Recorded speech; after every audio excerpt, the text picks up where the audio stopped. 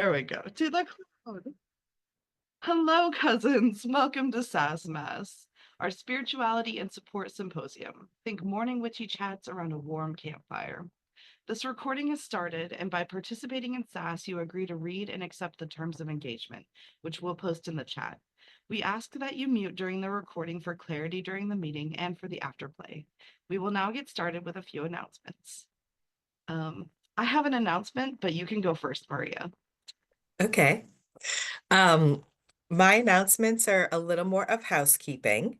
So we are going to be able to automate the recording process and the playback process, which is super exciting in our app. And so this month, we are still going to record SASS today and then the rest of December. And it's still going to get posted to YouTube.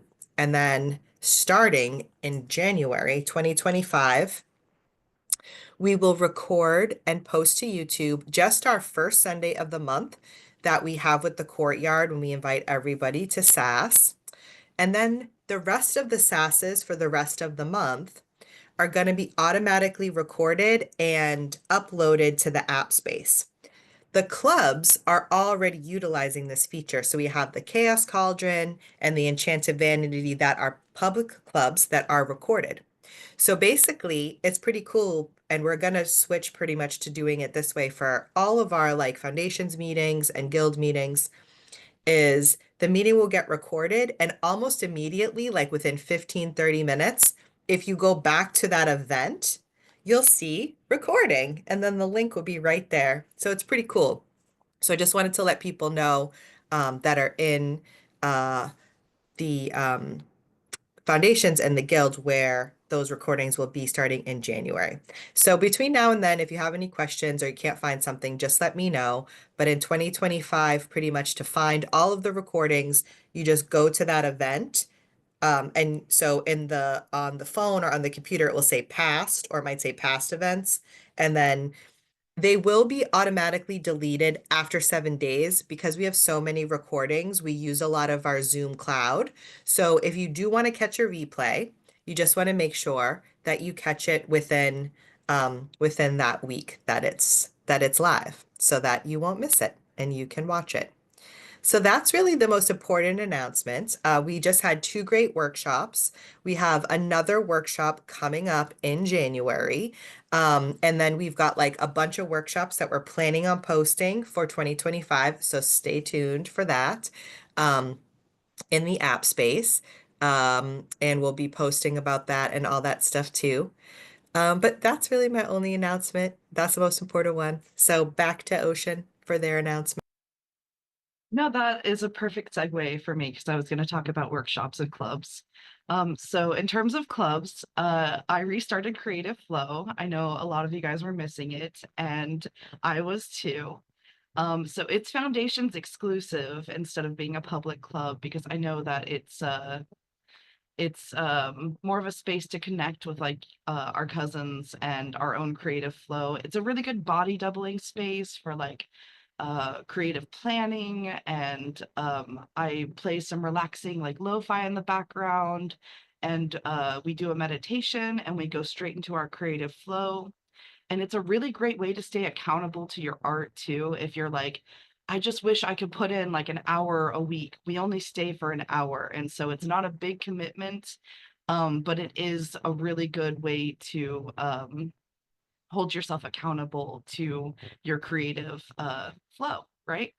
And then also in terms of workshops, I have set up to where I'm doing a workshop called Connection-Based Astrology. It's going to be a series of workshops that can all be purchased individually. Or I think we have an option to purchase them all together, but I can't remember.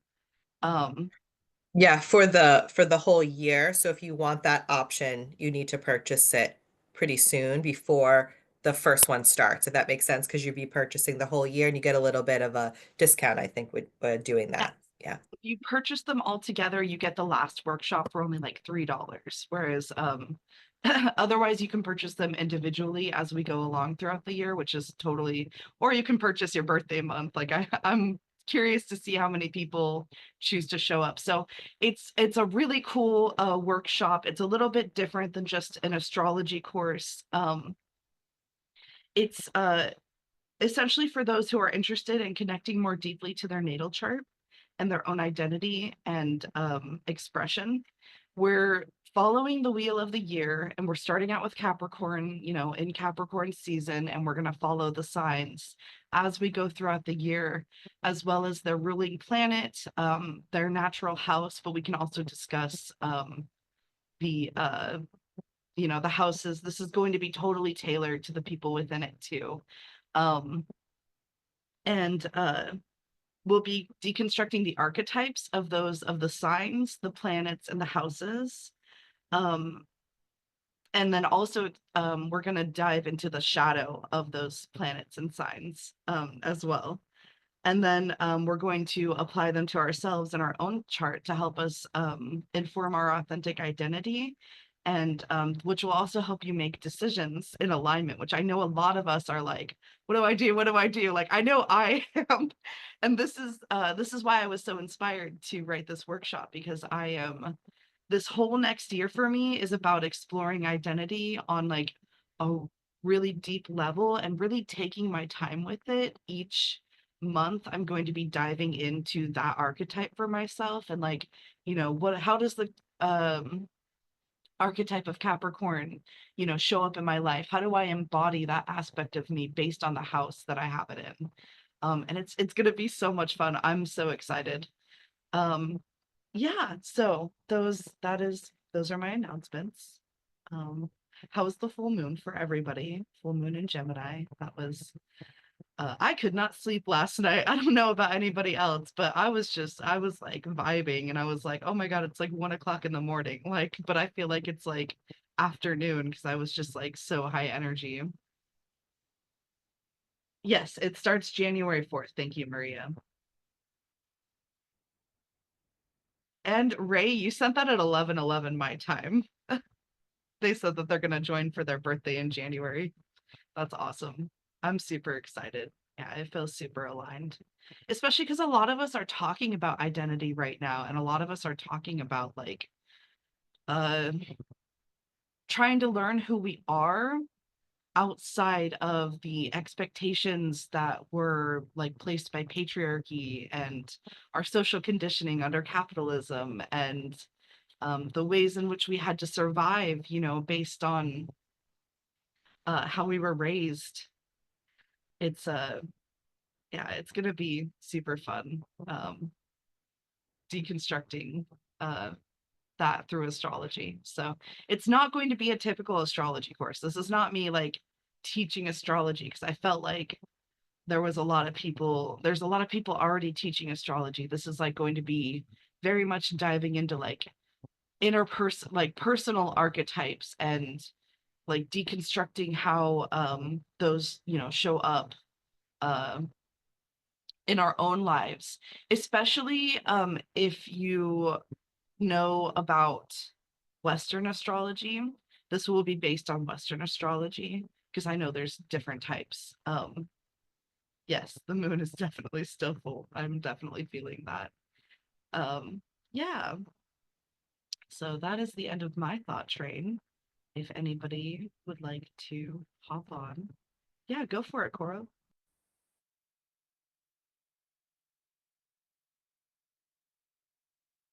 Oh, okay. Um, so I've been thinking about this since Sacred Space yesterday. I almost brought it up in Sacred Space yesterday, but then I was like, no, that's a little off topic. But we were touching on in Sacred Space yesterday about like messages various people have gotten from spirit about like our physical capacity. Like we want to know everything, but then like spirit's telling us like you actually can't handle it. Like if I tell you everything, like you can't handle it. And I had a weird experience this week where I was having this like lucid dream of these spirits in my room. And like in my dream, I was laying in my bed, like in my room, and they came to me. And then one of them was like trying to give me this knowledge or like awaken something in me. And it literally was making the right side of my brain throb. And then like, and my heartbeat like started going so hard. And so like I was half awake and like half asleep. But yeah, and I was having these like physical responses to what was happening from these spirits. And so yeah, it just, when we were talking about this in sacred space yesterday, I was like, yeah, like what is this physical, like does the physical changes need to happen in my brain to be able to, I don't know what the spirit was trying to do. And also that it was like too much. Like I was like, this hurts. Can we stop? And then they were like, okay. Because yeah, I thought my heart was gonna like beat out of my chest and my brain was gonna explode. So anyways, I thought that was really interesting. And I also had like a very real experience with that this week.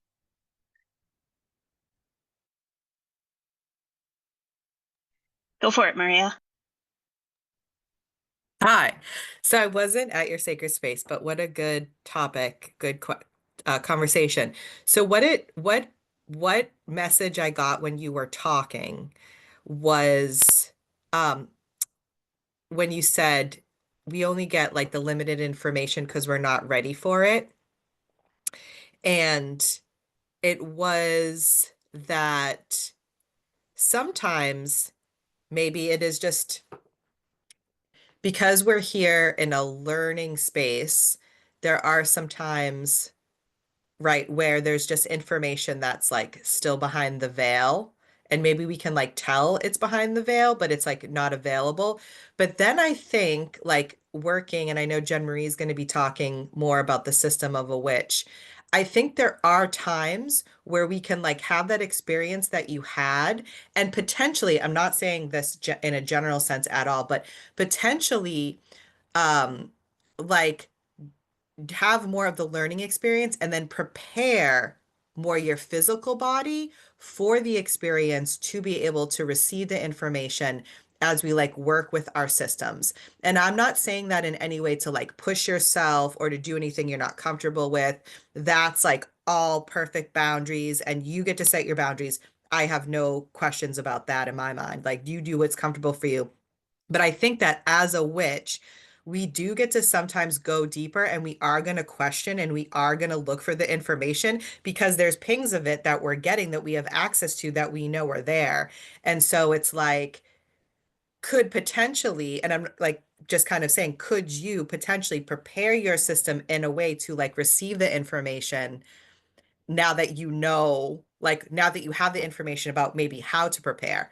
And I don't know, I'll let you like respond to see how like you felt about that.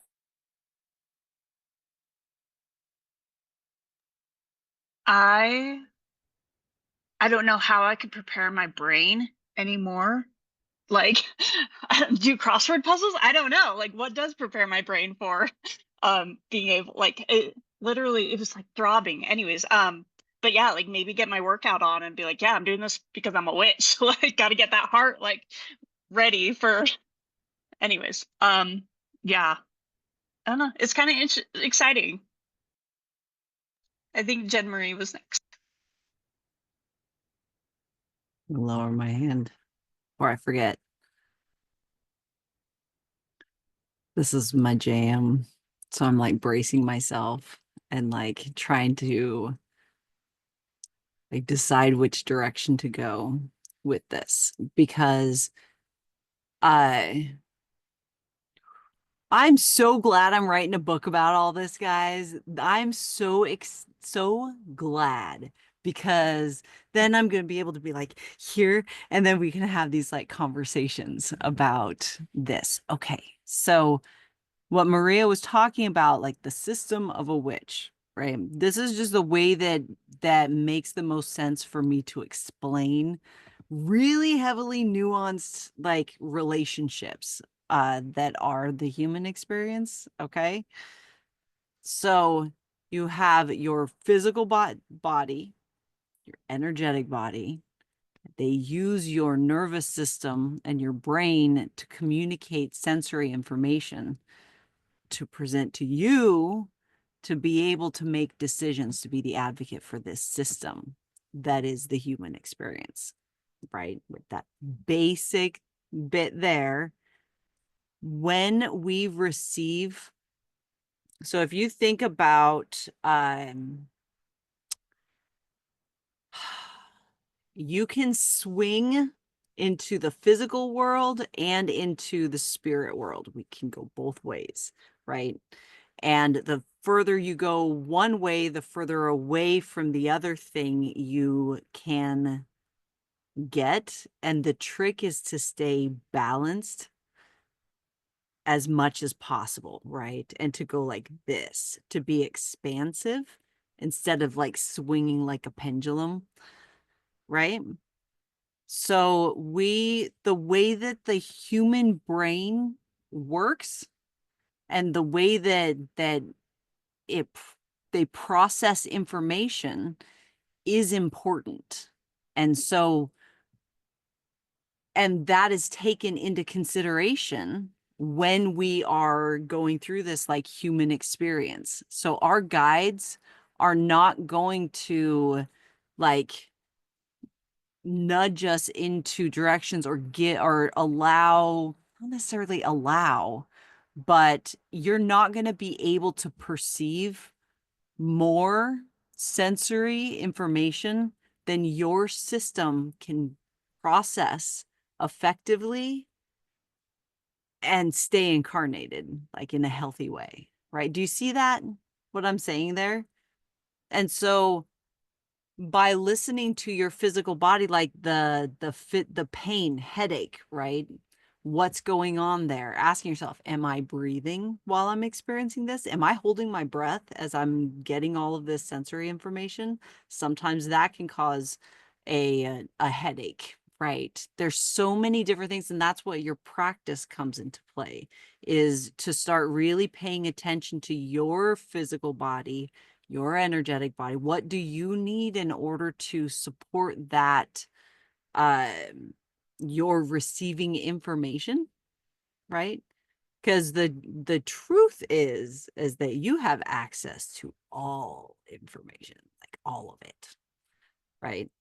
It's your awareness and of it that needs to expand to be able to hold that and to do something with it. Because, and does that make sense? Right? And then there's that practical application of the information that you receive so that you're actually gaining wisdom from the experience, right?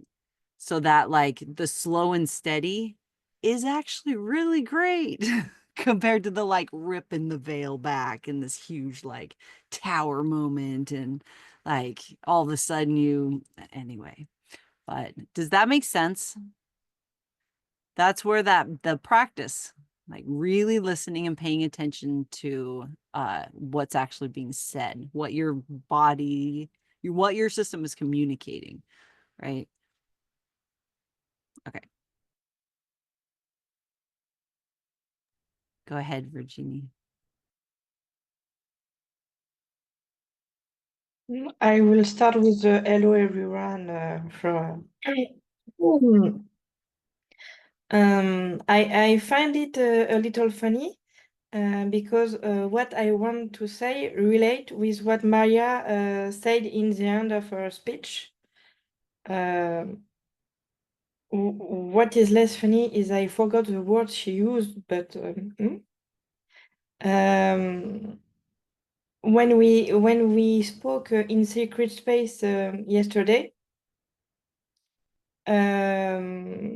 when we spoke about the guides and all those things, I got this picture of a house with foundations, and I will just say it. When I speak of foundations, I'm not speaking about the foundations plan.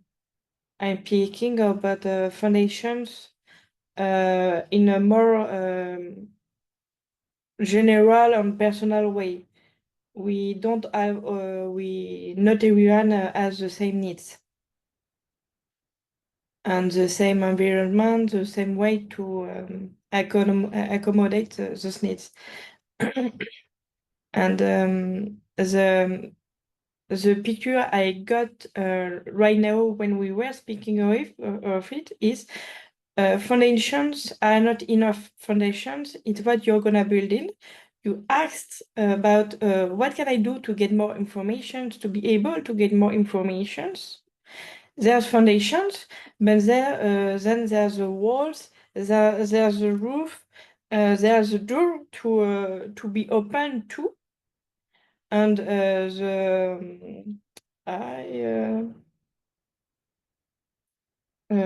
thing we use to see outside also, and I got the idea that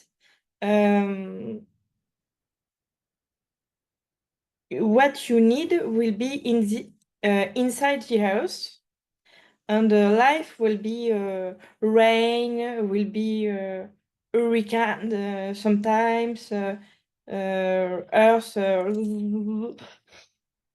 and if you want the knowledge to stay in the house, you need the house to be strong too, and to be clear about what's really important for you from this knowledge, because let's be real, we learn things, we forget things, it's natural. So what's really important for you from for this knowledge, because your guides will teach you some things, and from what they teach you, there are some you will forget. I, for myself, I feel there's no guilt to be have about it, because what you forgot, they will teach you again. So there's no, I don't know the word in English. In French, we say échéance. When there's a date to respect, and after it's too late. There is not. So when you get the urge to get knowledge, what are you feeling? What are you thinking when you have this urge? Is it because you want to grow and to be someone more mature? Or is it because you're scared of something? Scared you're not able to do enough, or scared you're not smart enough, whatever it is?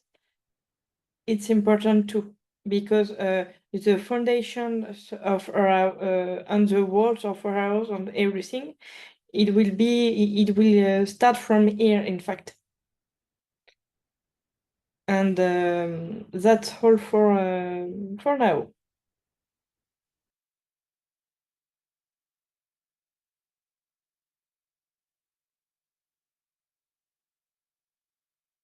I think I'm next. Yeah, no, this is a really fun conversation, and I let's see, what was coming through for me was like I mean, it's kind of just, sorry, let me see if I can get back on the thread of that. But it's like the something that somebody said, I'm not sure, was talking about like the mind and the mind's capacity to hold it too.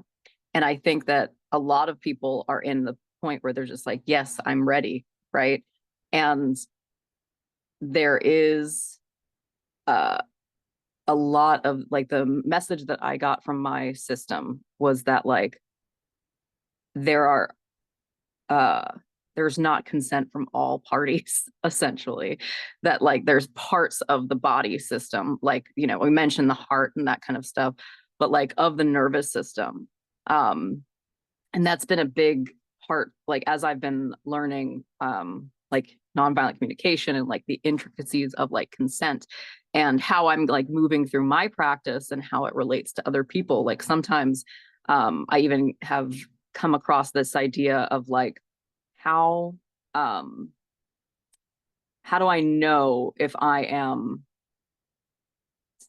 like, if we're going to try to channel like for someone or that kind of thing, like how do I know that all parts of their body like, and system consent to what I'm offering. Cause sometimes like their brain says yes, and then they're like, oh shit, that's not what I was expecting at all. I wasn't really ready for that kind of thing.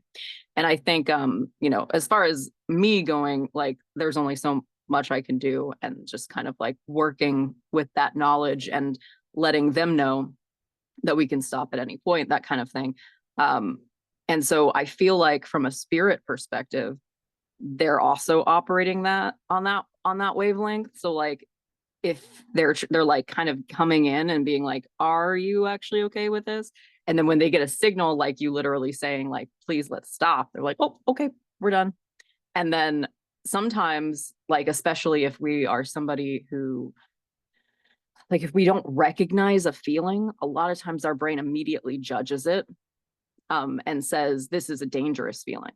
This is completely unknown to me, or it might even be familiar to a feeling that we've had before where a bad thing happened, you know, especially earlier on in our conditioning, right? And so if there's part of us that's screaming no, especially like on an energetic level, that's going to be the language that they're hearing. And so like that's been a big part of my journey recently, is like my brain's like, let's go, right? And but that's a lot of that too is like my own control over my system, like my brain trying to control the rest of my system before it's ready, which is why I, you know, could probably, like, I started smiling at the beginning because I was like, this is going to be another somatic rant from me. Like that's pretty much it. It's just like I'm trying to teach my own body that it's safe to receive this information, and you have to go bit by bit by bit so that your body learns each time that it is actually safe. It's like, oh wow, I received this, you know, information and I didn't die, or my whole life didn't fall apart, or maybe it did and I'm still here and everything is okay now, and that kind of thing. So I think that's the end of my train of thought, but go ahead. I think Stephanie. Yeah. I love this conversation because I've had, I think, what are probably pretty similar experiences as you, in that, and for me, they're not like lucid dreaming. They're usually in the, and I'll say it wrong because I say mispronounced words wrong all the time because I read them and I have no idea how to actually say them. Hypnagogic or hypnagogic state. That's that state between sleep and waking.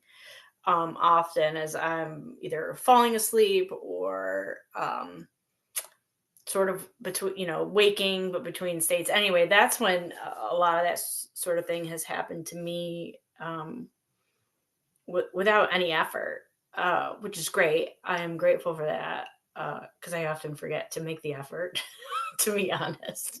But I've had some experiences that feel similar where I felt, well, firstly, I want to commend your boundaries and setting your boundaries with them. And I saying this is too much and having to stop, because we often forget that we can set those boundaries. Um, and I remember an experience of mine where I was like, it's too much, it's too much. And the conversation sort of went like, you know, would you be okay if we give it to you in a sort of an unconscious matter so that you will be able to access it when you are in need or you are ready? And that felt okay to me. Um, and so I felt like I got the information. I'm not clear what it was, but I trusted that I would be able to tap into it when I was ready. Um, it sort of eliminated that fear. So I don't know if that's helpful for you, but I do find that the boundary settings are um, super helpful in that way. Um, and Virginia, I also really agree with you. Like that goes along with what you were saying, that like you won't forget, right? Like we always feel like we're going to forget. My brain has to write everything down because it's gone the second someone speaks to me or see something else that catches my attention. It's gone. And trusting that that information will be there for me in the future is not something I'm very, very good at, and I need a lot of practice with. But I for some reason, in these experiences, I do trust that. So I would love to figure out how to bring that into my daily physical existence. But that's a job for another day, I think. Not sure who's next. Ezra, is your hand still up? Up again? Is it Maria? Up again, but I don't know if Maria was Okay. you can go. Okay. So when you started saying about like yes, so I there's this book that I'm reading that's one of my favorites that's called I'm on the second one called The Wise Man's Fear. And there's this when we're talking about the unconscious, like there's this really good lesson in the book where this teacher that's trying to teach like deep magic essentially is saying if I were going to throw this rock and I'm going to throw it in this direction and I'm going to do it about at this like this strength and it's like calculate where in the room like it will fall. And like there's a bunch of students that start doing like math and like and like all like the friction and like air resistance like type of calculations, and they decide that it's too complicated and they all work together and they're still just like, this is ridiculous. Why? Like there's just too many variables. And then he calls a kid into the room and goes catch and throws it and the kid catches it. Right. And he's just like, our unconscious mind knows where this is going to fall, like in the moment that it happens. And so basically there's like this idea of like that we're talking about here of like getting this information, right? Like we have it. It's underneath the surface. Like, and so we're just slowly as we decide for ourselves, essentially, that we're ready for it, like bit by bit, we will know exactly when we're ready for the information that we're ready for. And it'll be as easy as like catching something that's coming to you, which is also a funny analogy because I was like, I catch things like maybe 60% of the time when people throw them at me. But, like especially like when I think kids' reflexes are a little bit, but also there's like kids are kind of closer to the subconscious because of just their position in life. So yeah, I just felt like important to share that story because I really thought that was an awesome way to demonstrate like how much we just like internally know things. And then of course the calculating like mental games that like the scholars wanted to try to get to do it, and then the instantaneous way that we do things naturally. But yeah, go ahead, Maria. Thanks. So I wanted to like riff off of that a little bit in the when people often ask like I'm not getting any signs or I'm not yeah, like I'm not getting any signs like what's what's going on. And when Stephanie, when you were talking about like accessing when you said when I am in the state of asleep and awake, you can actually meditate to do that. Like there are certain meditations that you can do to kind of change your brain to get not exactly like it is when you are actually waking up, but like to kind of the same vibe so that you are able to access that information that you are when you're actually like wanting to do it intentionally. And maybe you are wanting to do it during a sleep and wake too, and that's cool. But I'm talking about like other times, like, it's like 5 o'clock on a Tuesday. Let me like do that. And when people say, oh, I'm not getting signs, I often like the first thing I think of is like, but are you listening or are you like in like participating in the conversation? Meaning, and that's not to be like say meaning in a sarcastic way, but like that I think that a lot of times we have communication or we get signs, but we're doing our regular human lives, like in our day-to-day stuff. And sometimes we can't all just like stop what we're doing and like, all the time, like, and tune into like what's going on. And so maybe we forget it, or maybe like the day just kind of goes by and it passes on.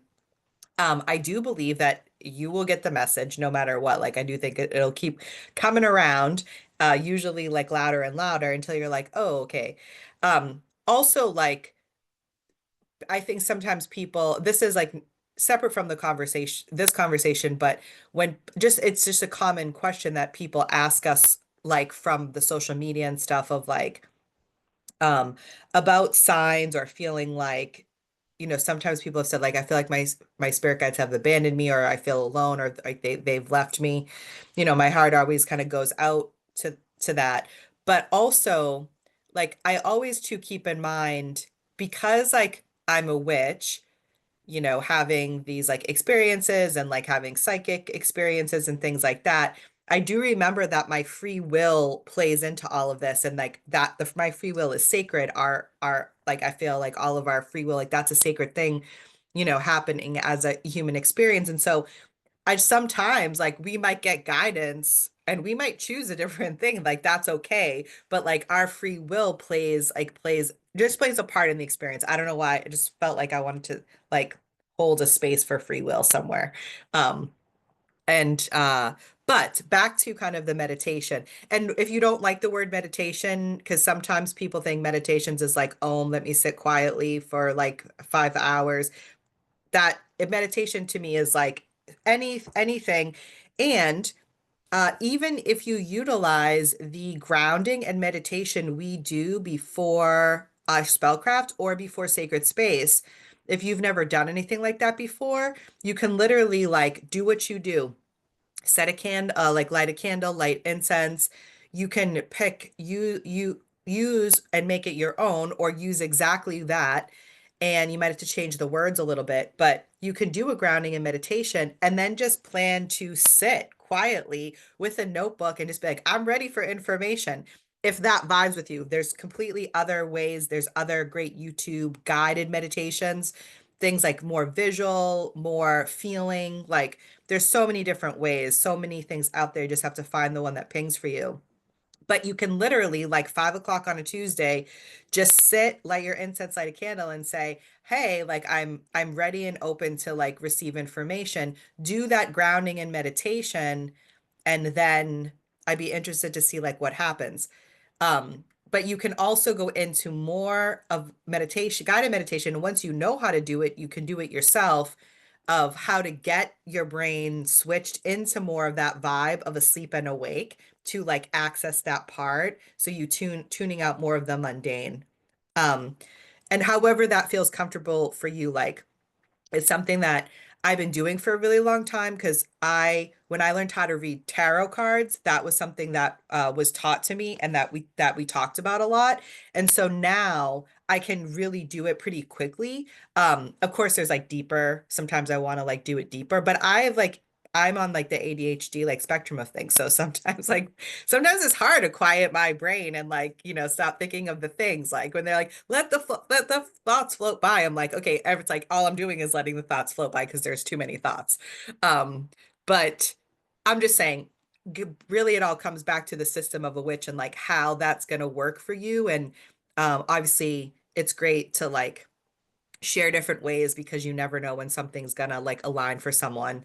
And I think part of it, and part of being in foundations too, is we are learning that process to trust our intuition, so that you kind of, when we're getting things from the outside, like a meditation or information or other witches sharing, this is how I do it, you can feel if this is aligned for your system or when it's not aligned for your system. So I feel like that's really important too.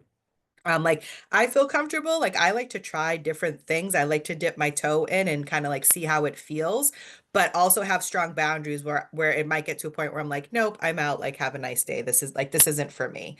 But then really being able to like feel comfortable and safe in my body to lean in when I do want to go in deeper. So I don't know. I just wanted to share that. It's really where you're comfortable now, and then like, as you learn more, that will shift into other things too. Okay, thanks. Bye.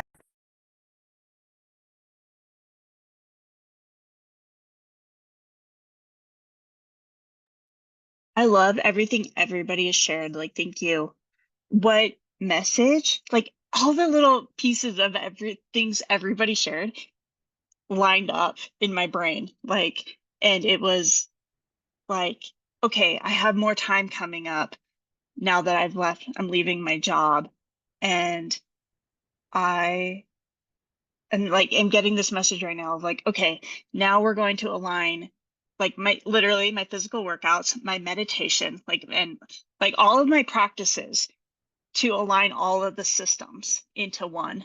So then it's like more of a straight conduit for messages and energy to move through the system instead of it being like, oh, like, because yeah, it's like integrating everything into a smooth conduit. That's the message I'm getting right now of what my work is coming up. So thank you so much. Like all of your messages are applicable and were very helpful in aligning this. So thank you. That's amazing. I will say one thing too. Your system, your guidance is going to give you guidance in a way that you can understand it, right? So the more you deep in, like to expand like your knowledge of particular things, then you might start to get guidance a little bit differently, right? But the way your guidance like is going to show up for you is for you to get the message. So it's going to be in something that's familiar that you can understand. And if you're like new to witchcraft or you're new to divination or any of that, then you've been, kind of having this mundane experience, which is amazing still. But so your messages are going to align so that you can actually receive the information. As you keep dipping your toes in and getting further and further and further, the messages may change because you've expanded like your knowledge, if that makes sense. So I just wanted to add that to the conversation. Thank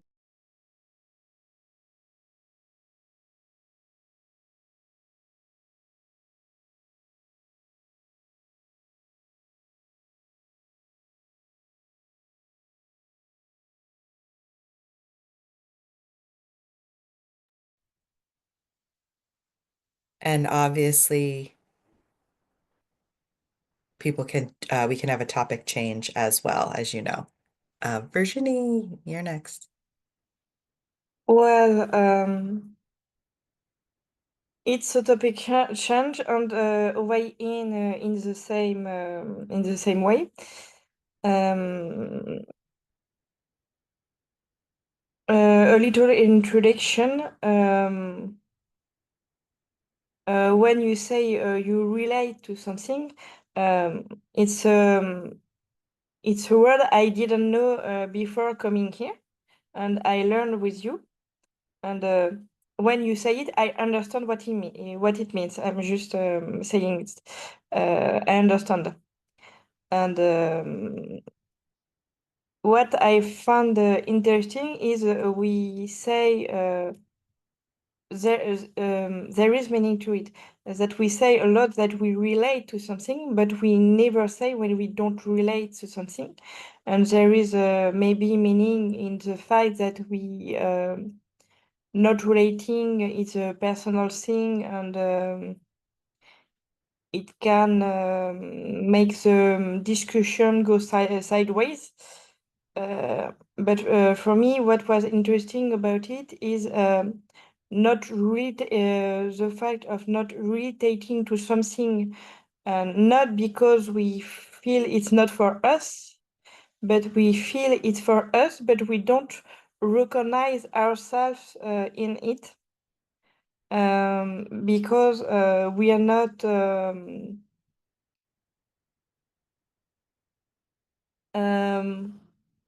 I don't know the words of in French we say être à l'aise avec, being okay with it, something like that, because we are judging ourselves, or we don't we feel there's something to it, but we don't understand it. And and I feel like when we are getting knowledge, we don't always understand the knowledge we are getting, or we are not always okay with it. It's not all uh, pink, blue, liquor, unicorn, and everything. there is also this part I feel, and I had the occasion to experience it. Thanks to this month's prompt about identity, in the way that I kind of can see my higher self. I can see her acting, how she acts with people, how she speaks, the tone she uses, the way she moves, what she likes to talk about, what makes her angry, and everything else. And there's part of her I relate with, but there's also part of her I don't relate with. And as I say, this don't relate isn't because I feel like she isn't me, but because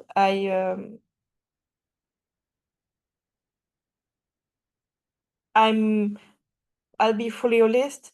I'm not okay with expressing my anger or not being okay with what others said. And she doesn't have this problem at all. And for me, it's a bit of a strange, like a stranger, someone we don't know, thing, something like that. And so I was curious if other people felt that, and for me.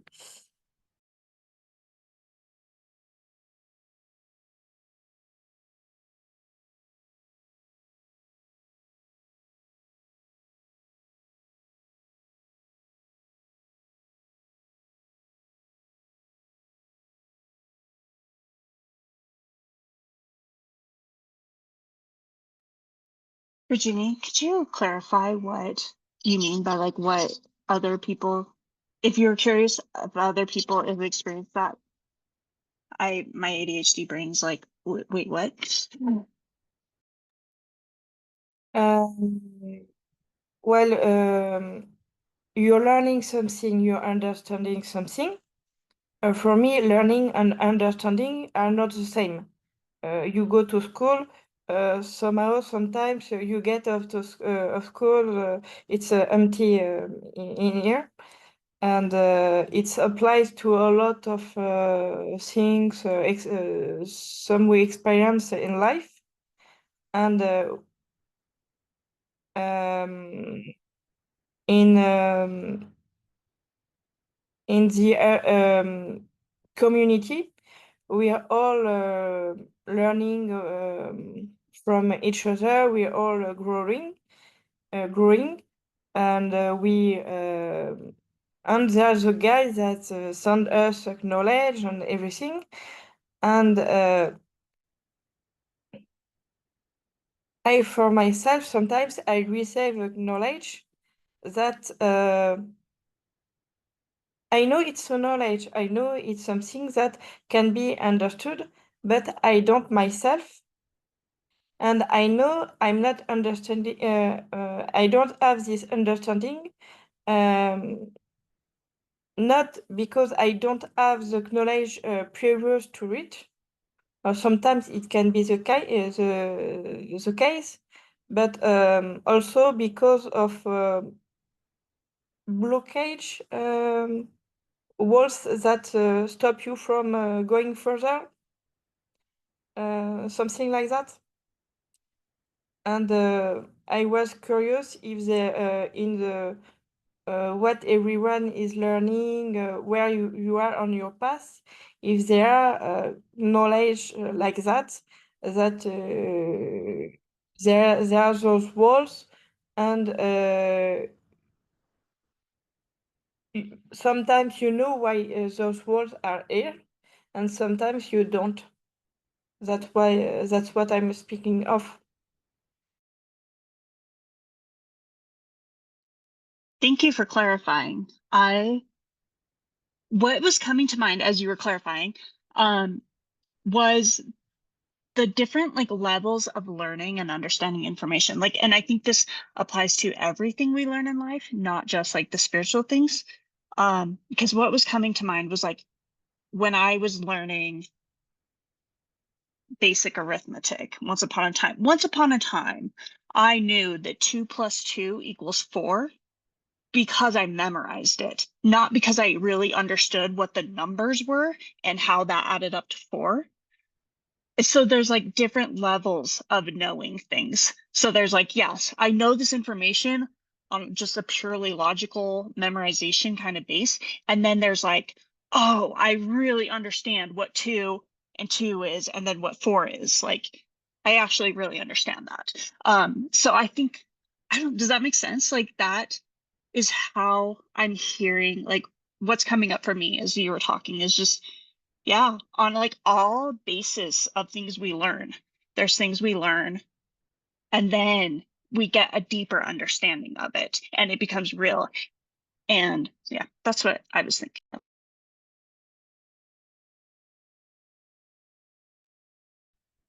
Hello. So my thoughts kind of on that, I think probably have changed over the time.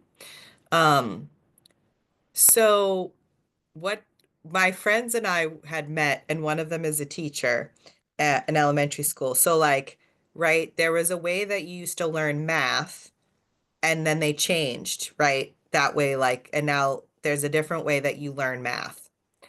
And that just only for me is like a validation that um that there is I don't so okay, besides anything that you eat or put on your skin, putting that in a separate, like there's a way that you need to do that to be maybe safe, like because you're eating something or you don't want to like have too much of something that and or like you don't want to get a rash. Okay, so besides that, like there's so many ways to do things. So I'm just trying, I was feeling into when you said like about blockages, and I know that a lot of that's talked so much about in the witchcraft community. Like I have a block, or someone does a reading and they say you're blocked and you're blocked. I don't necessarily know if I believe in blockages in that way because I trust that the information that is needed from my lived experience will get to me in a way that I can understand it. And I believe that, and so it is. So I no longer worry, and I used to. Like you bringing up this conversation, I'm realizing that I used to worry about it. I used to worry about needing to search so hard to the ends of the earth to find like what the fuck am I doing here or whatever, right? Whatever the question was.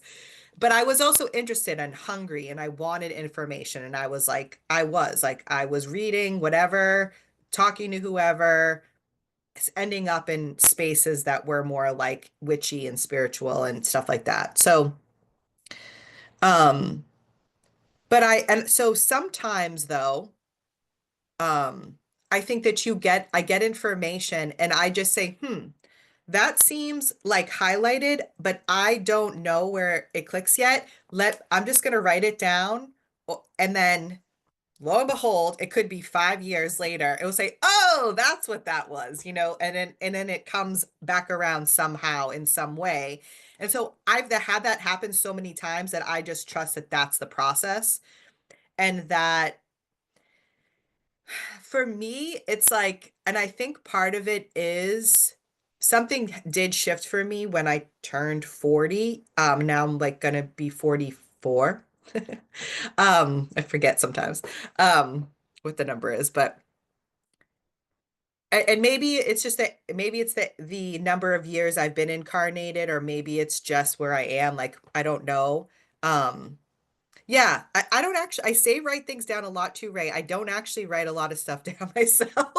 So like, what I, what I do use my voice notes, and I love like talking and having it so for me. I actually don't. I actually do have a really good memory. Which also changes with perimenopause. However, that like I actually usually just do remember it. Like I'll something will happen and I'll be like, oh my God, that psychic that I talked to 5 years ago said that, and that's what that meant, or whatever it is, right? Or my own experience that felt highlighted. But that did happen, like a psychic in I was in theater school and the psychic was like, you're gonna be in the medical field. And I was like, no, I'm not. And then I was, so that was funny. But anyways, back to the topic. Um, so yes, so it's kind of for me when you were talking, Virginie, there, like I said, I have a hard time sometimes talking in these spaces because I don't like being told what to do, and I like feel like I'm aware, like I don't want to sound like I'm telling anybody what to do, or really though, it's that I don't believe there's like one way to do anything, anything, right? Except for we talked about like food safety and putting stuff on your body, right? But Yes, like because there, yeah, go all ahead. fast food syndrome. Right. Like, and so sometimes, but all I can do is just share my experience, but know that I also love hearing everyone else's experience. So I don't think there's a way. It sounds like it for me when you were talking, it was coming up about more of like what my beliefs are and where like there's resistance. Because if I'm feeling resistance to something, it could feel like a blockage. So I don't know, just leaving that there in the ether and do what you want with the information. Off to Ezra.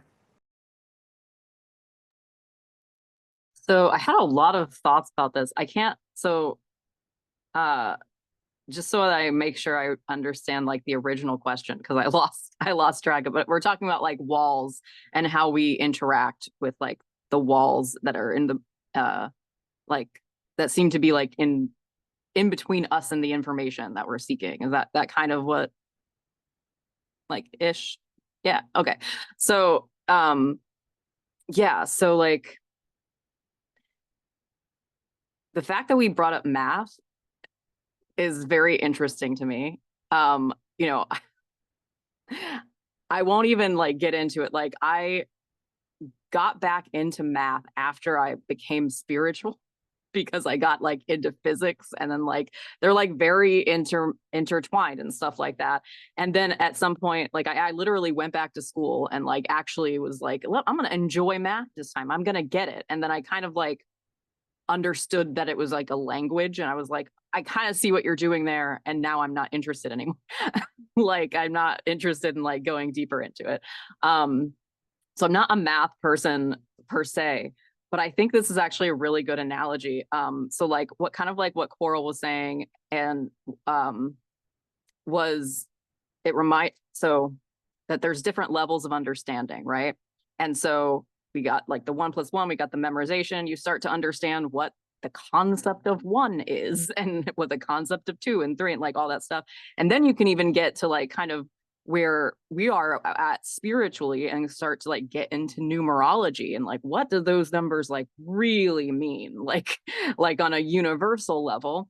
And then I had this memory come up from when I was into this, and I had this friend who was like uh a physical person, like they're a civil engineer, so like they had to do like very finite things. And I was kind of like, so if you have like 10 chocolate chip cookies or chocolate chips in a cookie, right? Like we only think there are 10 chocolate chip cookies because we've decided that these are the tools that we're working with, these numbers. But on a universal level, there's like a huge number of atoms, right? Like there's nothing really saying that there's 10 other than we've decided to chunk them separately for our own understanding. And so numbers themselves are this another one of those like kind of walls or like illusions of separation things that are tools for us to make sense of the world. And so I kind of had this image of the walls that we're taught that we often feel like are in front of us. Like they are, they could be something else. They could also, you could be like in a city and that's just like you're in an alley and actually the path is maybe over there and part of the journey is going this way instead of that way. And like, that's actually like part of the fun. You're supposed to go over there in order to like make a friend or, you know, or learn a certain thing that you want to learn that you couldn't get if you just like barreled through the walls, that kind of thing. I I also kind of like, I like this analogy too, that it came up with, I don't know if Karina's here. Oh, I think she might be, but like of this idea of like a wall could actually be like a surface that you are meant to do art on. And like when I was thinking of it in like a city, I was like, oh, like graffiti, like you could like paint the world that you want to see on that type of thing. And in the math analogy, it was making me think of that. Because I think we often feel like these walls are things that we have to overcome rather than something that's like part of it. And even I've heard people talk about like the concept of blockages, like they are part, like they're part of it. Like if you were looking at like an intricate lace work and there was a place, you know, like that was more bundled than the rest, you know, and it was like that kind of thing. Is that a blockage or is that part of the art of the design type of thing? Which also made me think of like there was a time at the Convergence where I was crying, like just like out of happiness, but like I was just by the river and I was just crying, and I was like, I had this kind of like hiccupy type of way it was coming out, and like I was like covering my face at certain aspects of it, and I was just like and like, you know, it was like coming out like in a very almost like laughy way. And it struck me that the reason it wasn't just like pouring out straight, I was like, it could have just went, you know, like you know, sometimes it does. And I was just like, oh, it's not that there's something wrong with how I'm doing this. It's like making a cadence. There's literally like a music to the way this is coming out of me that is unique to me and my specific like shyness or like embarrassment or trauma or whatever it is. Like it's literally making a kind of music that is specific to me rather than just going, you know, if everyone just the same exact way, then it wouldn't, there'd be only one kind of music type of thing. So that's one way I've been trying to interact. It's hard though, because it's like, oh, I wanted to go down this way, right? Like I wanted to know what was on the other side of that wall. And it feels like something that can just be hindering you. But I've been trying to like look at the walls when I come across them and try to see like what is this actually? Is this, you know, a place for me to sit and do art? Is this a place for me to go around, to go have another little journey around it? Is this part of the cadence? You know, like if I get lost, if I like seemingly make a mistake, is this actually just like part of the timing that makes a good song happen? So yeah, I think that's it. I hope that's helpful, but if not, I'm glad I got it out because it was also for me. Well, you made me want to write everything you said, so You won't forget though. If it resonated, won't forget. At least your sleeping mind won't.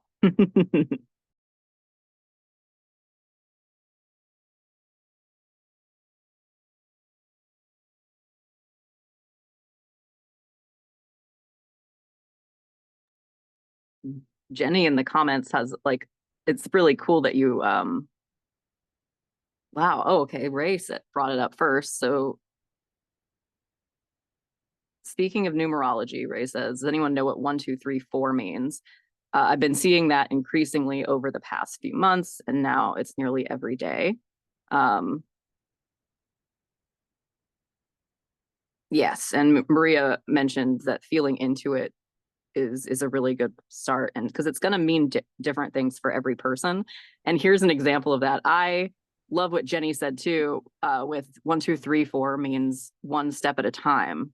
And for me, 1, 2, 3, 4, there's two separate things. One, it's like 1, 2, 3, 4, something's about to start, like that.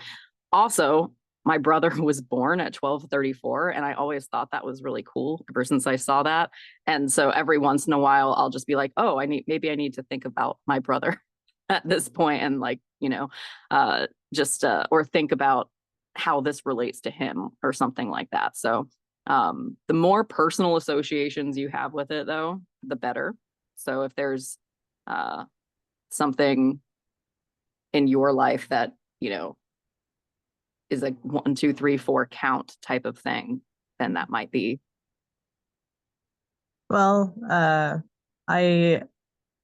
in another lifetime, I was in ballet for 12 years growing up.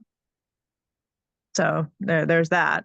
And yeah, the count of 8 is always something that I'm always doing count of 8, even like when I'm walking up the stairs, like, and it's a specific, it's 1, 2, 3, 4, 5, 6, 7, 8. And then it's 1, 2, 3, 4, 1, 2, 3, 4, 1, 2, 1, 2, 1, 1, 1, 1. It's like, that's like it's a part of a routine. It's like it's just how we count. But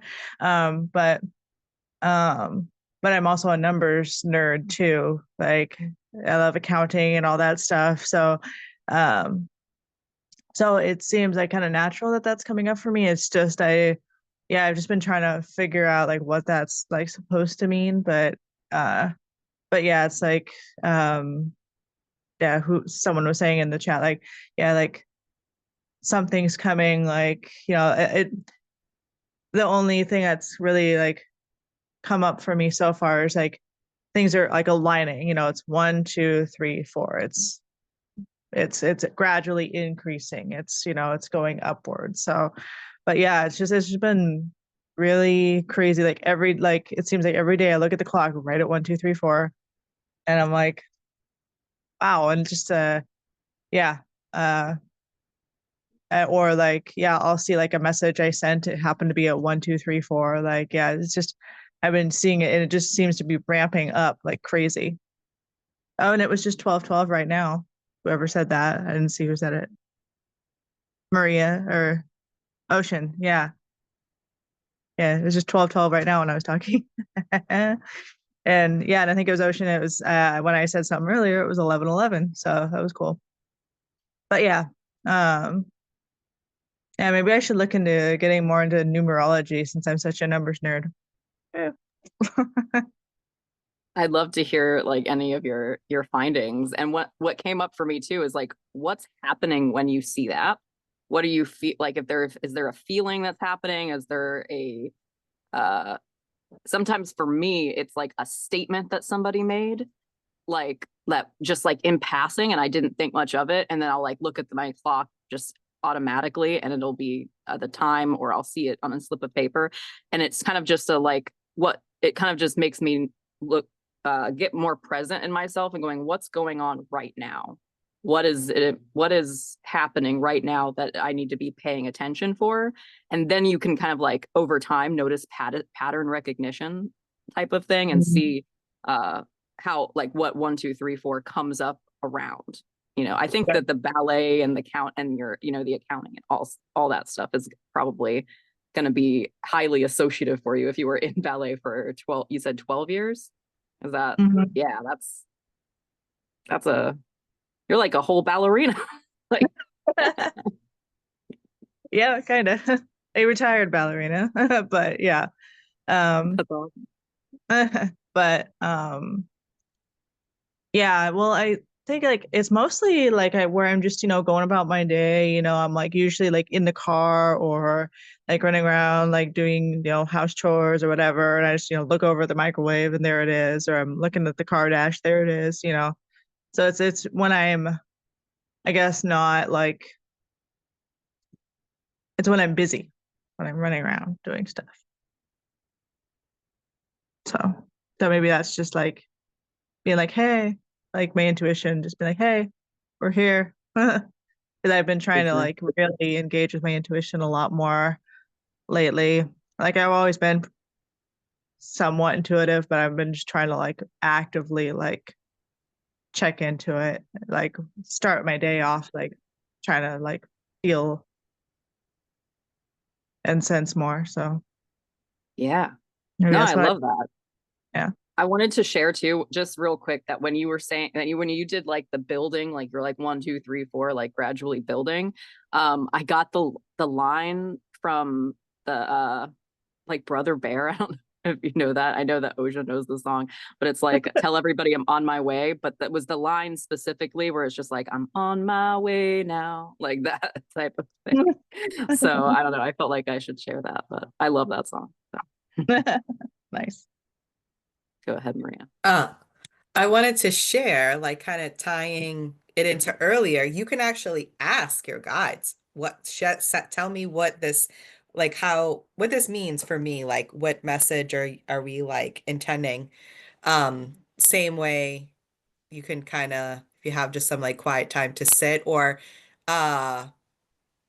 when Ezra said that's the messages can show up in songs too. But I was really pinging that do you have you been in, have you, or would you be open to like a deck for numerology? I don't know why that was like saying the information would maybe be easier to understand in the form of a deck. I just got a deck for uh sigils, and I might just be on like a little bit of a vibe of like that. But anyways, I didn't know if anyone had a numerology deck, because I like I'll read it and then like I'll Google it and read it. I'll find a site that I feel like all the vibes, and then I just like forget it. But sometimes seeing it like a deck, almost like because it's like a flashcard, I don't know, it's like easier, right? Um but I don't have a numerology deck. I am into sacred geometry too, just kind of putting that out there since we're talking about numbers. Like I think it's super interesting, but I haven't like delved into it intellectually yet. Ooh, that just pinged something for me actually.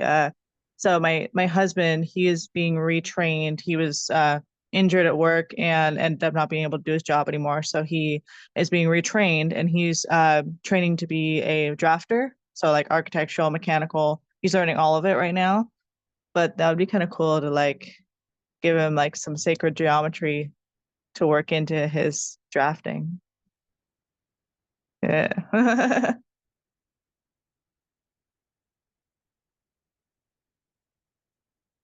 Yeah. I'm really excited to see what he does with that too. So that's just a aside, like, because it's something he always Cool. wanted to do, but never had the time to do. But then here it is. Life was like, here you go. Here's your time. So now he's doing it, and he's really good at it. So That's great. yeah. And he's been getting into his, witchcraft side as well, like trying to figure out like what his inclinations, or not inclinations, what he's naturally, gravitates towards, like we all do. We have our affinities. There we go. That's the word. Yeah. That's cool. It made me think of this, I think it was like a documentary or like a house building kind of show I watched at some point, where it was somebody, an architect made their house according to like the measurements of the golden spiral, like the Fibonacci sequence. Yeah. And there's also It was other buildings that do that, but yeah. What? right. It was down in California, I think, right? I think It was so. Yeah. well, it was like, But yeah, it was like this lady, something like, like I'm not that. sure if she must have been the architect. Yeah. My friend went and visited her house, but yeah, like there's all these like weird like things that like she built it everything with a specific purpose to like, this room is over here and this thing's facing this way, and like, yeah. Yeah, and there's a big building in, I think, England or somewhere in the UK or something, that's like a public building, and people have said that when you walk into a building, that's like it feels like the whole place is hugging you. Like it just feels like so calming and stuff. And I was like, honestly, that makes like I can totally see that being a thing. Even just being in circular places is supposed to be good for us. So Mhm. It makes me wonder about my current house that I'm in too, because like when I toured this house, I immediately felt the energy around this place. Like it has its own thing. Like just you step onto the property and you immediately just like your shoulders just kind of relax, and it's kind of a stop and smell the roses kind of a vibe. Like everything just kind of relax. You have your tea, and it's a very calming, it's a very like centered space, which is part of what allowed me to really like grow into my practice, is because I had this, safe space that I was able to be at. But yeah, it makes me wonder like, yeah, it makes me wonder what about this, house, like the geometry of this house, like wonder. Hmm.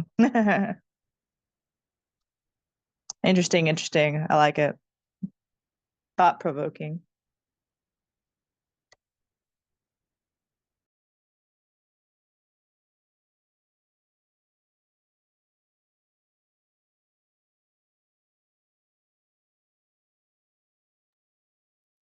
That was my unintentional rant. So We love a good rant around here. Stephanie. Are we okay with a little bit of a subject change at this point and now feel like a good time? So for the solstice, I'm having a couple of people over to do to make like the Yes Please More of This books, like was done in the Chaos Cauldron. And um one of the things that people are like, what can I bring? And my thing is like, bring some food or drink that makes you think of the growing sun. And sitting with this, I'm aside from oranges, I am at a complete loss. Like I'm not sure, and I've still got another week to think about it some more because I don't want to get like super complicated. But aside from the really obvious seasonal foods and stuff, I would love to hear if anybody has any input on like what feels like food that aligns with the new sun and that newest part of the year. Maria's hand is up. I was like going to get a sweatshirt and I like ran back. So I'm not going to say anything earth shattering, like, but when you said that, I just got pinged so hard. It was something that someone said to me that I kind of like felt deep in my soul, and don't, um, it was like there's so much connection in using what's in season and what is native to your area. Like that for me, like that just feels so like deep. And so like, you know, but I was like obviously like citrus fruits, Right, grapefruits, because lemons, whatever. nothing is in Yeah. season where we live, like at all. Like, I don't think not a thing, because you're not that far from me. So like right. So I don't know, like a rabbit hole you could go down is what did like indigenous people in your on that land do? What did they like, what would they have been eating? Like what would they have been, where would they have been doing the thing? And maybe, like, and almost as a way to like honor like that part too, and even then maybe even learn something maybe you didn't know. I don't know. That's where my brain went. I love to hear No, I what like anyone that. I else like that thinks. a lot. Thank you. You're welcome.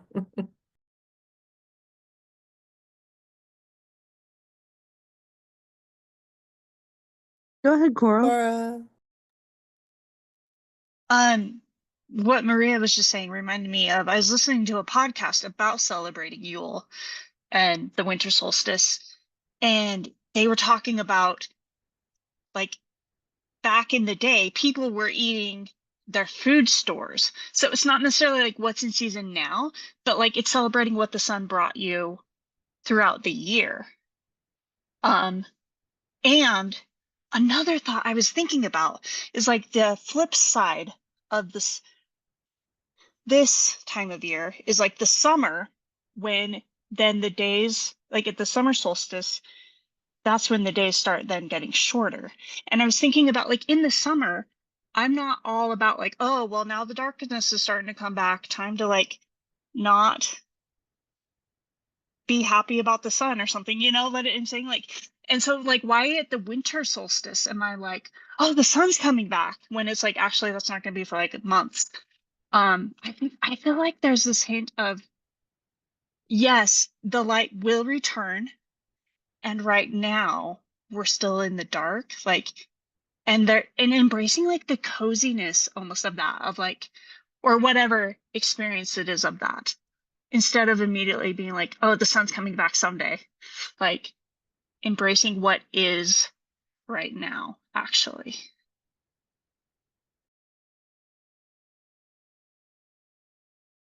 I love that, Coral. Thank you, because you're right. It's easy to forget and get so focused on the sun and that to forget to be present where we are in the current season. Thank you for that. Yeah, I had a bunch of different thoughts while that was going on. So my very first initial thought, which is still oranges, but was marmalade. And then I was like, marmalade like toast. Like, I don't know, like a toasted bread is definitely feels wintry for me. And then I was like Paddington. Like, I don't know if I just recently watched Paddington 2 for the first time. And I was like, so I think I channeled Paddington at that point. But then when like I did like a quick Google of like seasonal seasonal food where I live, and I was like, oh, like stews, like pretty much just like stews with vegetable, that kind of stuff, like anything that's seasonal down here. I mean, it's Florida, so I have a little more option that way. And I was like, and I make like a curry with a bunch of vegetables in it, so that made me want to kind of do that. And then when let's see, I don't know if it was Coral saying like eating the stores, that kind of thing. But then like nuts came to mind, like and specifically this like baked brie with like nuts, which like could be walnuts or pecans, or I mean could be whatever you want, but and grapes, actually, like you can also just put jelly in it, but or marmalade, but the that is like such a like easy to eat, like toasty type of thing, and you can also like just dip crackers or toast in it. And I also get like this kind of snacking thing in the winter, like this vibe of like just like having, because it is your stores, like having almost like a charcuterie board type of situation with different like either nuts or cheeses, or the things that would have been easy to store, I guess. um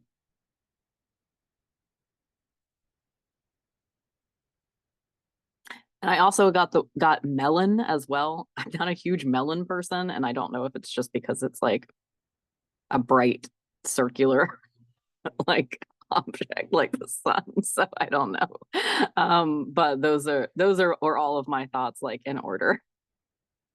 So there you go.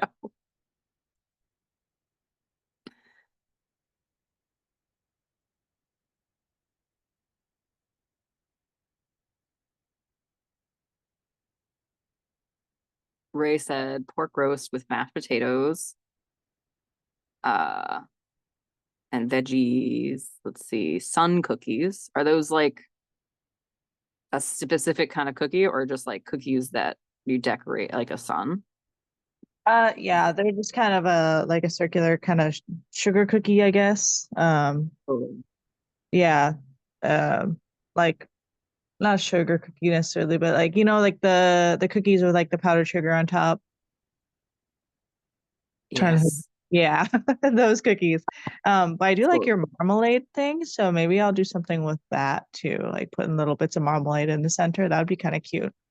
Um, but yeah, we do a pork roast, and we use seasoning blends that we have created over the course of the year. So like I make my own herbs de Provence blend, and I also uh we make fire cider, and then we take the strainings from that, because it's all spices and like lemons and garlic and onion, and we dehydrate that and turn that into a spice blend as well, and we mix those two and put it on our pork roast, and awesome. it just makes it extra special. It's the only time we ever do it is Yule time, so yeah, Nice. kind of a culmination of like what we've been doing throughout the year, and then we're putting it into our food for that meal. So Yeah. I know I have to use my I don't have to, but I get to use my convergence spice. So I'll probably do that. Um and then Ocean mentioned in the comments too, like apples and cinnamon. I'm not like I love like, apple pie and apple cobbler and that kind of thing. I'm not a huge fan of apples uncooked. But the but like cinnamon and apples, I'm a huge cinnamon person anyway. So or little apple tarts. There was a thing going around like of like on TikTok, I don't know, a year or two ago, where it was just like easy apple tarts, and it was like get a baking sheet and then just like put a little spoon of apple filling and then a phyllo sheet like over it, and then it bakes like perfectly and caramelizes on the bottom, and then you have like just like a little, it's like Pop-Tart sized apple thing. So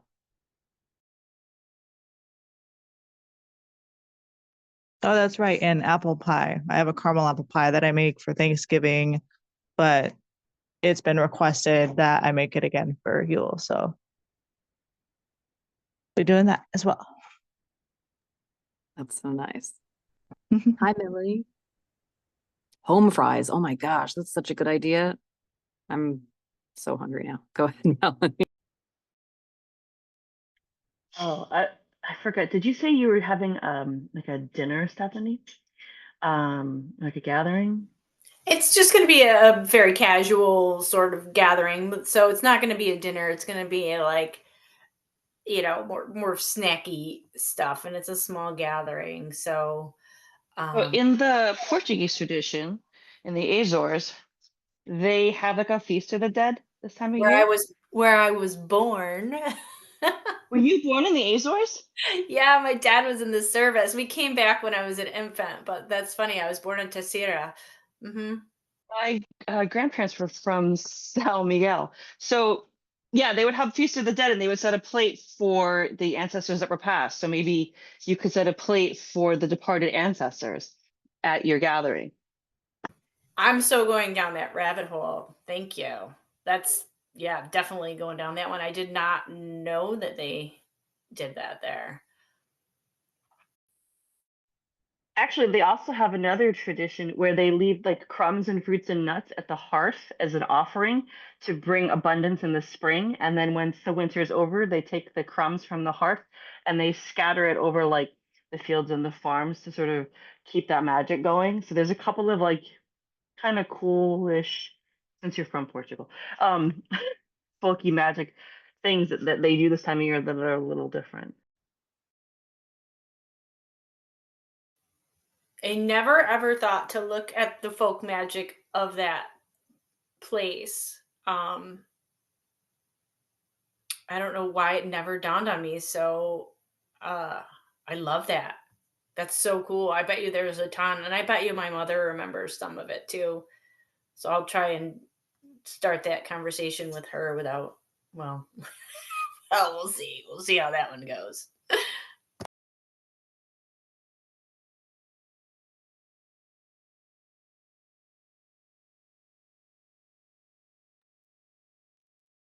I appreciate that you brought this up, Stephanie. I've been thinking about, I'm like, oh, this is the first time in years I've had any kind of like seasonal spirit, like the Christmas spirit or anything. Like I don't decorate usually the last few years. Like I don't feel any of the joy and cheer. This is the first time I do. And like a little bit of like, oh, what do I want to do to celebrate? And like bring, yeah, like I'm all about like the coziness and creating warmth. I don't know. I'm excited. And I don't know. I don't have like any celebrations officially planned or any gatherings, which is probably the reason why I love it so much.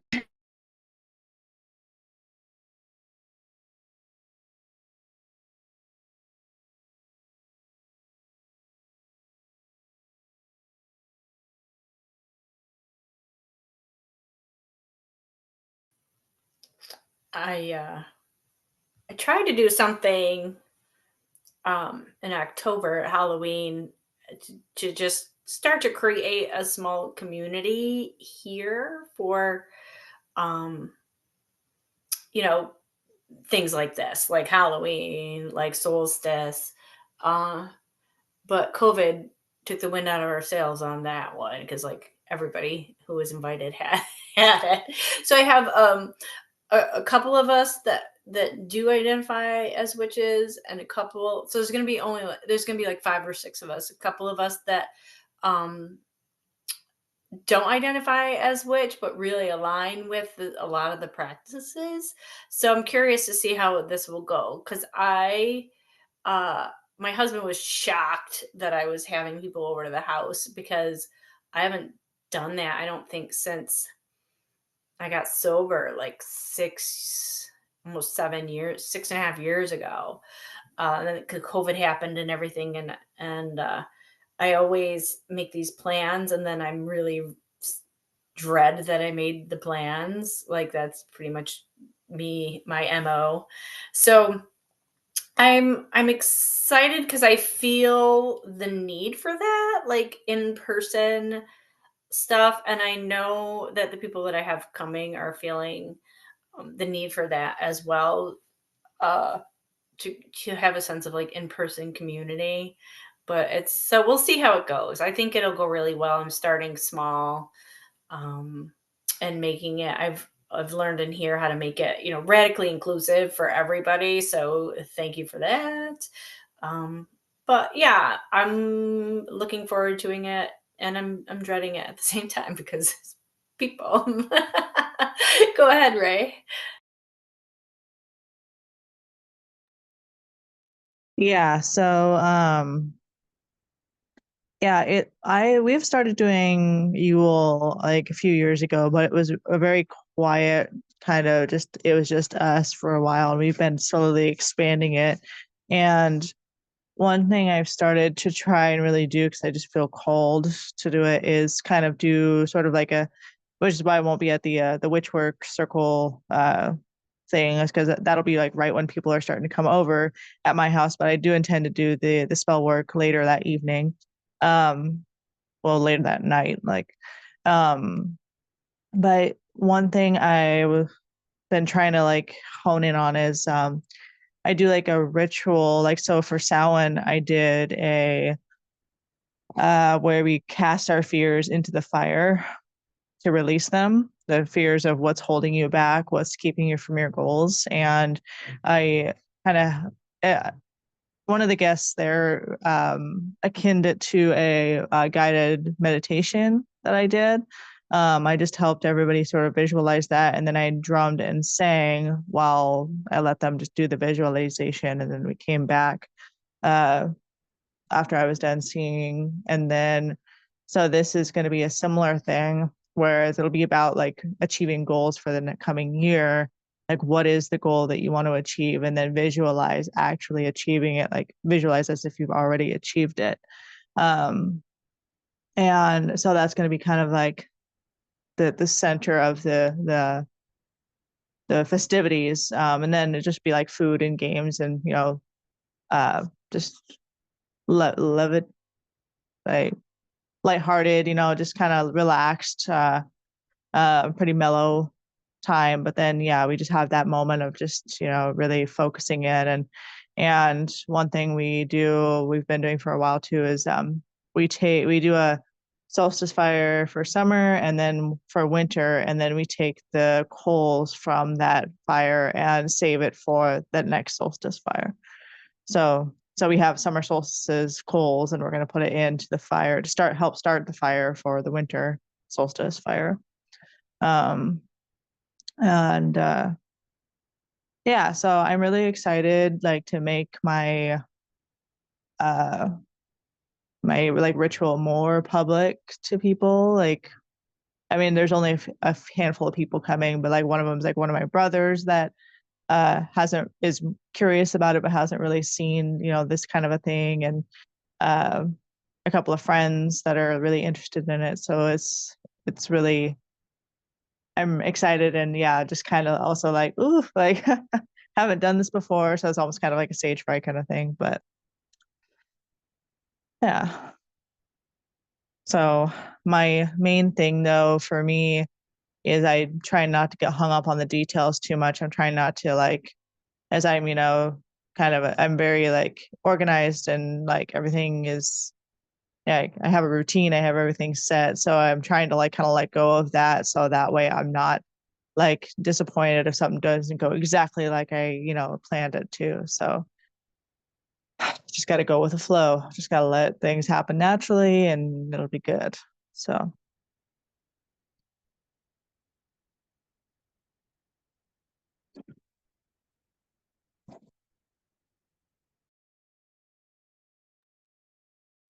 that's it for me.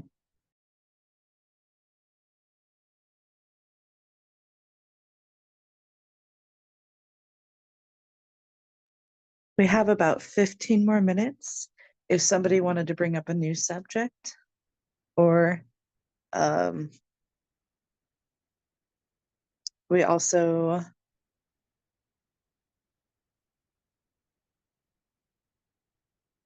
could sit and stare at each other lovingly, because that's what we do as cousins.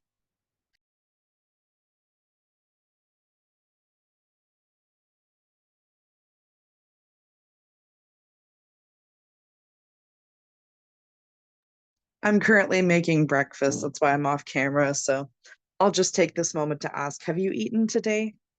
Have you drank water today? If not, this is your reminder to do that. Thank you for that. Yeah, I always find that I forget to eat in the mornings. Like I did have some like cashews when the meeting first started, but yeah, like I always like just go on about my day, and then like halfway through the day I'm like, oh geez, I have not eaten anything and now I'm hangry. Awesome.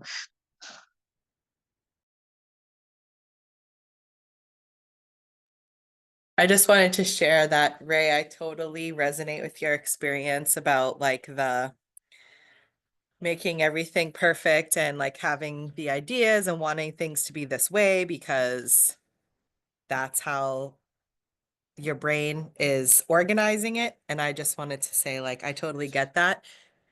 And it's such a great time to kind of like engage with what we have been wanting to release.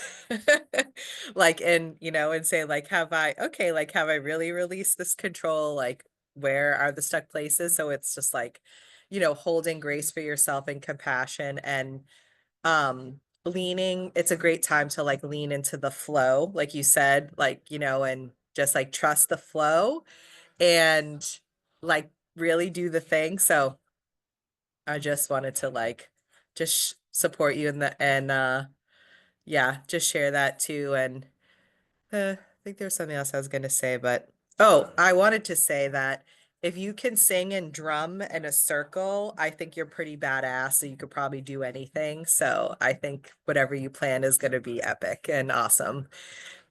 So that, and I also find that I've started sharing some of my practice with my friends. And one of my friends is particularly really interested in connecting with her body and like sometimes I just share a little bit, and she's like, oh my gosh, like that was so awesome, and so helpful. So it's just like, I think that when we do get to share whatever we want to with like our, family or friends that feel safe, that even if it's just a little bit, it seems to come across in a big way. So I think that's all I wanted to share. Like sometimes I think because we're like, oh, like I want them to know all of this, like, right? Like I've learned all this great stuff and I want you to know all this great stuff, but it is like a process. And so it's kind of like whatever feels, aligned for that moment. It's just kind of like that's what will show up, and if that's what people are open to. I don't know. That's all.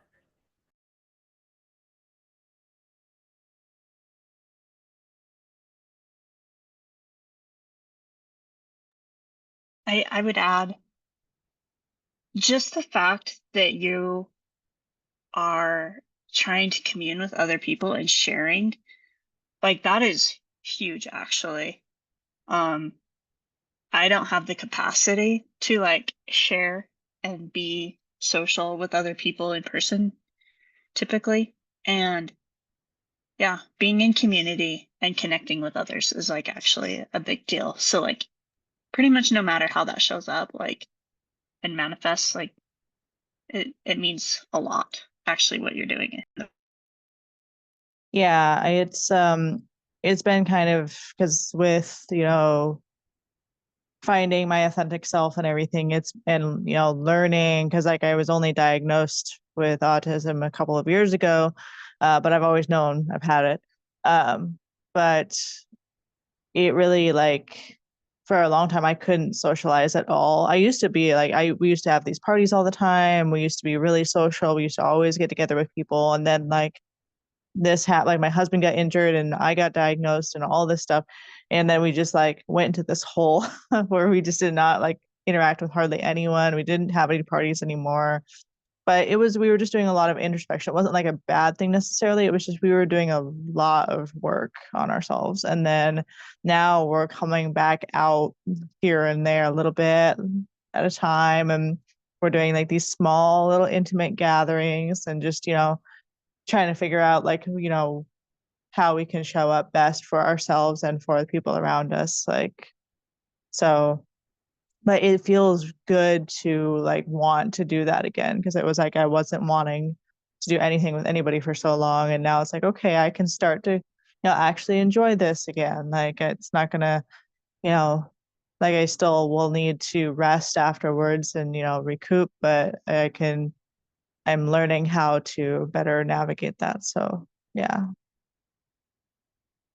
Yeah, and the singing and drumming part is just something that during Samhain, it was really like I think I've said this in other sasses and stuff, was um I got a song in a dream, and like all the lyrics and everything just boom, and I woke up and I wrote it down, and that was the song I used for the circle during Samhain. I haven't gotten one for Yule, but I have a couple of other like ones that I can use. So, but it was such a strong, like, this is what you need to do for this. And then it just was like, this felt just really natural to do that for our celebrations. And so I just want to keep incorporating that and keep, doing that. And part of it might be the performer in me from back when I was in ballet, like, it's like a whole like performance. So that yeah, it's just been really neat to discover that. Maria? Yeah. Thanks.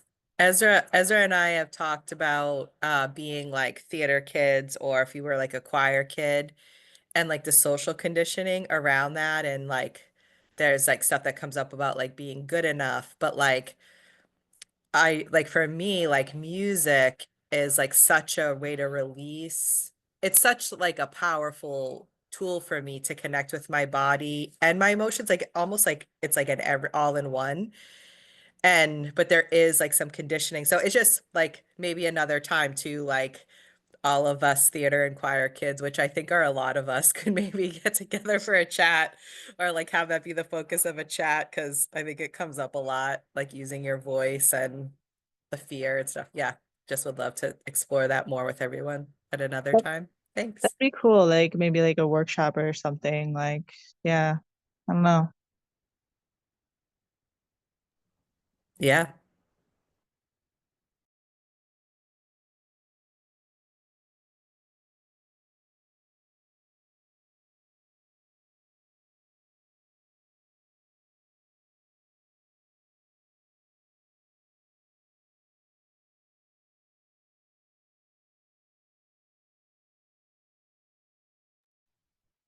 I put lights on my tree. There it is. I haven't put decorations on it, but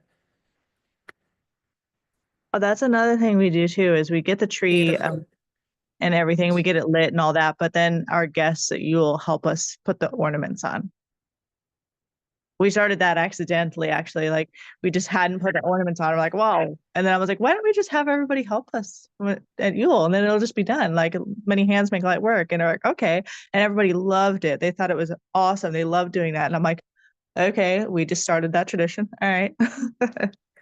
I think that's so awesome. And also like it made me think like, if I was in a place where like I wanted a tree and wasn't able to have one, but that I got to be part of that experience, that's so nice.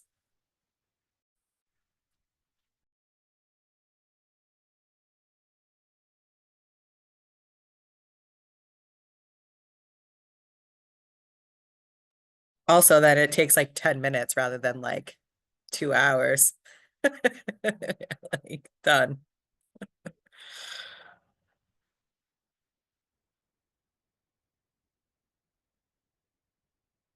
Well, 8 minutes. Any last minute thoughts, questions, shadows, epiphanies?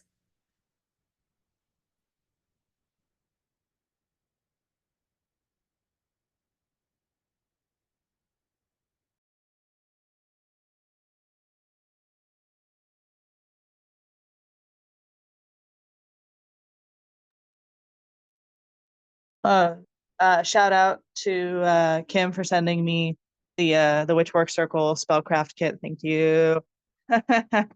Yeah, I was like, I haven't gotten one of those yet. So perfect. So it just arrived like yesterday or day before, and so now I have it ready for the 21st. That was very fast shipping. I know you're It's close, but that was so very fast. fast. Yeah. Well, I'm here in Oregon, so I think that might have attributed to it. So, but yeah, so it was super fast. So I was really excited. So yeah, shout out. Yeah. Thank you. Yeah, this is an easy one to do on your own too. Like Oceans facilitating on the 21st. It's one of my favorites. I love the mask. Uh it's a great one. It's an easy one. And yeah, I love doing that one. So we'll record it for sure. Immediately after the recording's over, I'll post it like we have that foundations chat that says after links and replays. So that's where the link will be. But that will be the last one that we have to actually post because after that, it will just be automatically posted right in the event and available for 7 days. I still do have to delete it after 7 days just because we do need the room on the cloud, but it will be there. I'll like as soon as it pops up as being ready, I'll post it.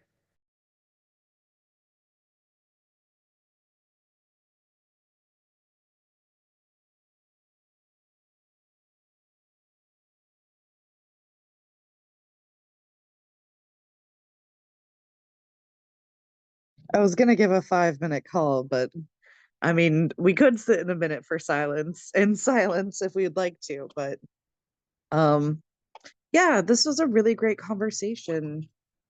Thank you guys so much for showing up and for being yourselves. Bye, Have a good everyone. day. Enjoy the full moon. Thanks. True. Bye.